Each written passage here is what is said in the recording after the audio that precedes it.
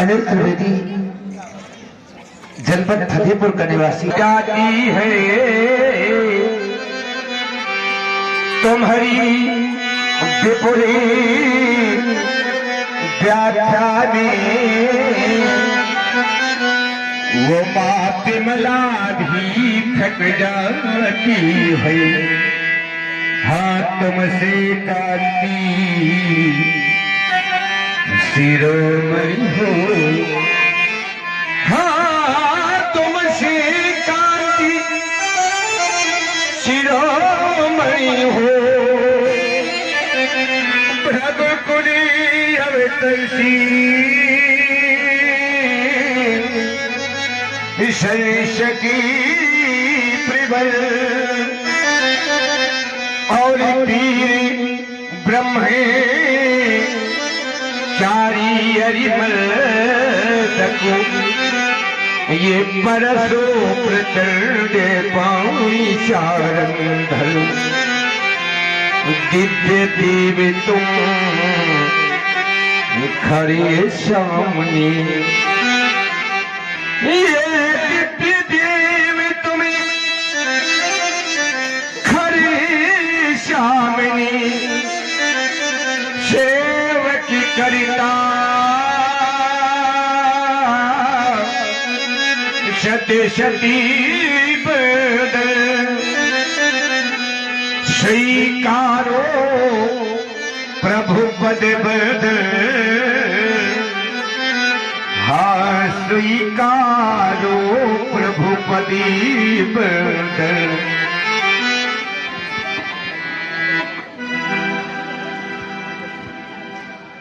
क्यों नहीं तुम्हारे द्वारा प्रणाम किया गया तो हृदय बड़ा विचारवान हो गया।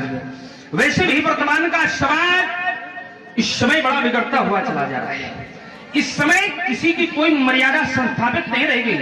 तभी तो मैं बार बार कहा करता हूं कि कागज के फूल चढ़ाते हो प्रतिमा पर, अब पूजा को खिलवाड़ समझ बैठे। कागज के फूल चढ़ाते हो प्रतिमा पर, पूजा को खिलवाड़ समझ बैठे हो।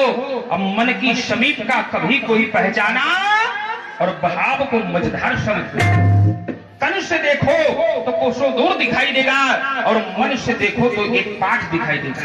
इसलिए सोनी आंखों पे रंग प्रेम का भर लो तो पत्थर में भी भगवान दिखाई देगा। अच्छा तुम्हारे द्वारा प्रणाम किया गया तो विचार करने लगा कि प्रणाम करना पहली पाठशाला है, नई पाठशाला है। हमारे यहाँ नियम है, अगर व्यक्ति प्राथमिक पाठशाला का विद्यार्थी नहीं बनेगा तो कभी भी मानवता से विभूषित नहीं हो सकता।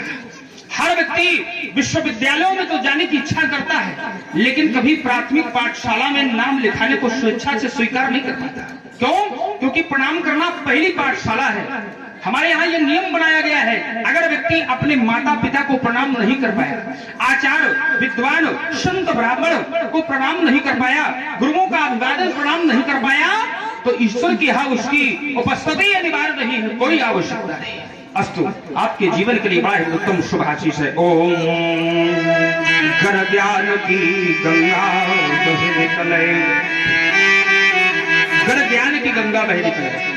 अगर मनुष्य के जीवन में कभी ज्ञान रूपी गंगा का बहाव हो जाए तो नदियों का स्नान न मिले चाहे न मिले, फिर किसी नदी या सरोवर के स्नान की उसको कोई आवश्यकता नहीं रह जाती।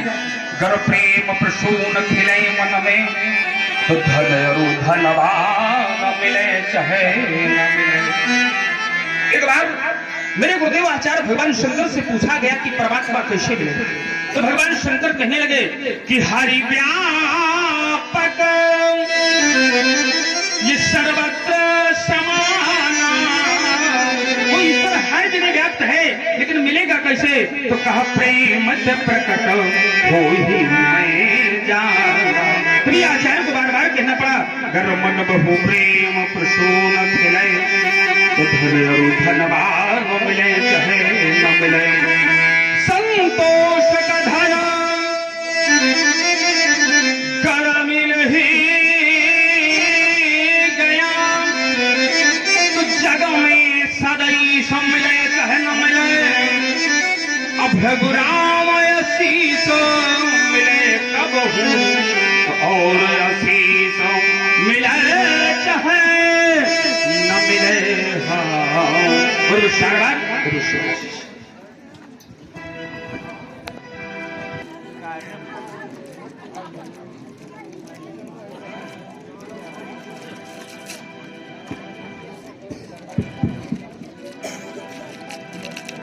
कर्पूर गौरम करुणा।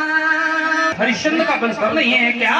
क्या वर्तमान का देश आचार्य मुद्गल का वंशधर नहीं है क्या? पर क्या हो गया?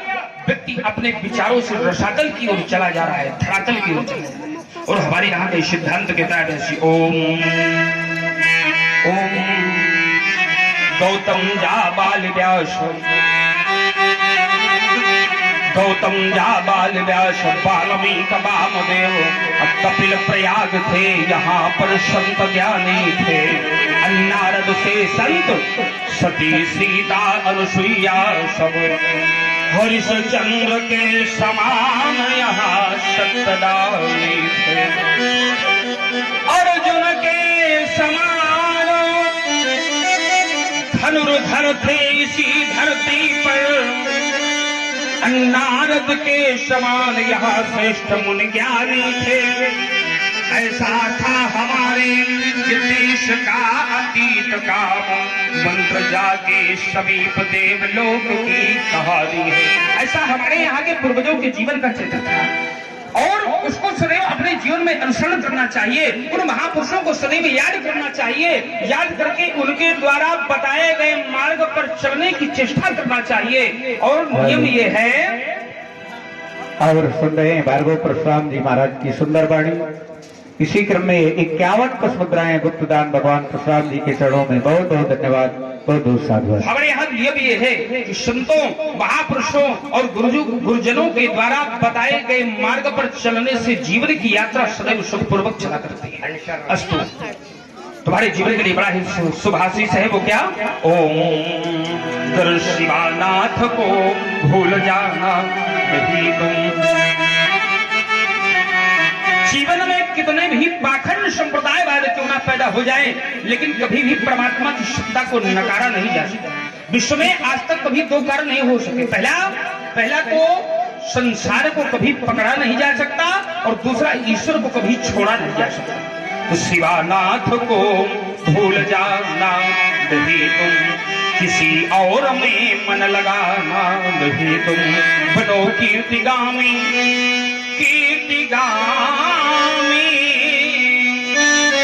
बनो कीर्तिगामी, अपनो ब्रह्म ज्ञानी, कभी माया में जी को लगाना नहीं तुम।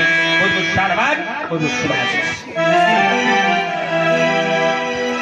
जनके बहोरे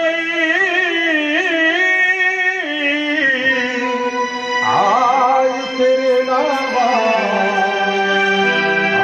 आज तेरे नाम। ऐसी शोभा पावन ये बेला श्री प्रभु के दर्शन पाया है। मस्तक पर मेरे सदा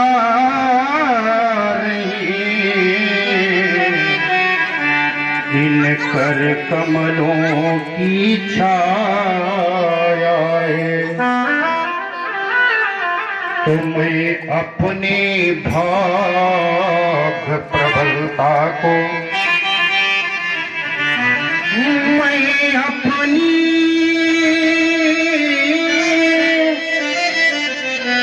भाग्य प्रबलता को कुछ और नहीं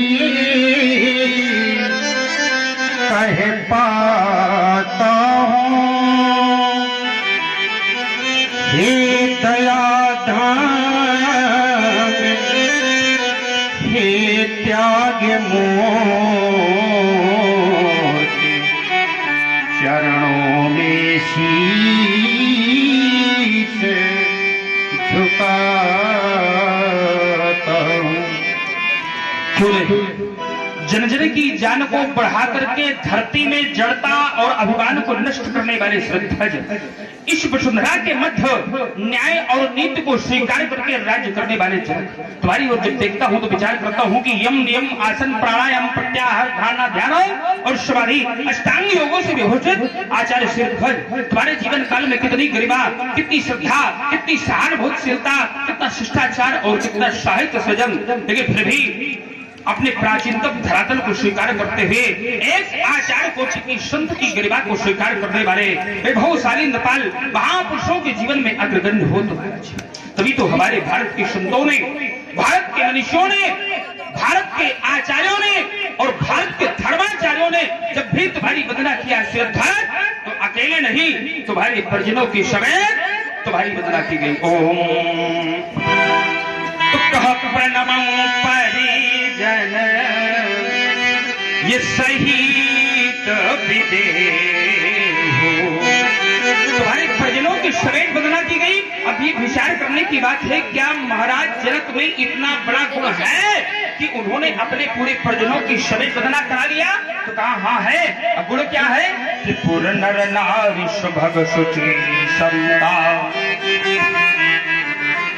जितने भी इस मैथिली प्रदेश के नर नारी है सभी भागवान है, पवित्र है और संता है। और इतना ही नहीं, ये धर्मशील, सभी धर्मशील है, ज्ञानी गुणवंता, सभी ज्ञानी है और सभी गुणवान है। आचार्य ने तो यहाँ तक कह दिया श्रद्धर कि जो संपदा यहाँ नीच गृह सोहा, जो संपत्ति इस मैथिली प्रदेश से नीच व्यक्ति के घर में।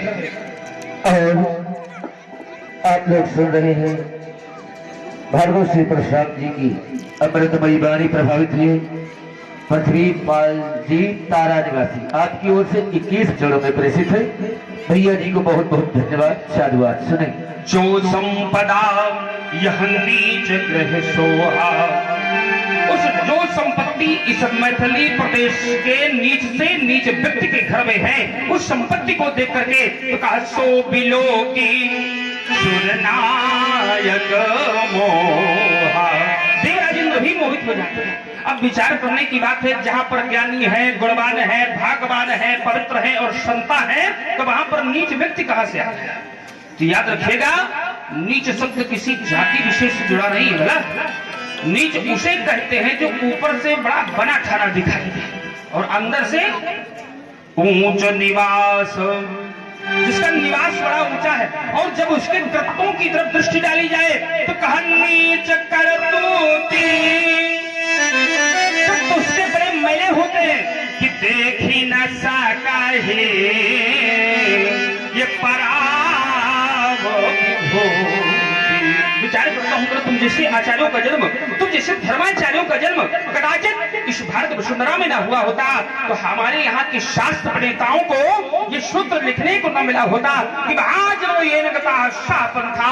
महान जन वही है जहां से अनेक महान विद्वान निकल जाते हैं। वर्तमान की स्थिति तो ये है कि आज का व्यक्ति वो नहीं करता जो उसको करना चाहिए, वो नहीं मानता जो उसको मानना चाहिए, और वो स्वीकार करने के लिए वो तैयार नहीं जो उसको स्वीकार कर लेना चाहिए। सिरध्वज, तुम्हारे लिए तो विद्वानों ने कह दिया कि योगी नाम जिनका दिया, जनक योगियों में सर्वश्रेष्ठ। और जनक शब्द का अर्थ होता है कि जन नाम ज्ञान का नाम कर्म का, जो ज्ञान और कर्म दोनों में एकात्मकता रखता है उसका नाम है जनक। जन नाम भूमिका का नाम आकाश का, जिसका ज्ञान राज इस वसुंधरा से लेकर के आकाश तक फैल जाए उसका नाम है जनक। जन नाम प्रजा का नाम पालन करने वाले का, जो अपनी प्रजा का पुत्र की तरह से पालन करता हो उसका नाम है जनक। और जन नाम भूमिका का नाम कर्षण का, जिसके भूमि के कर्षण से कन्या का जन्म हो जाए उसका नाम, थोड़ा जोर से बोलते भी जाओ लगे कि बढ़िया श्रोता बैठे। और आचार्य कहते हैं जी ओम जो गौरव गरिमा ज्ञान बढ़ावे वही जनक है।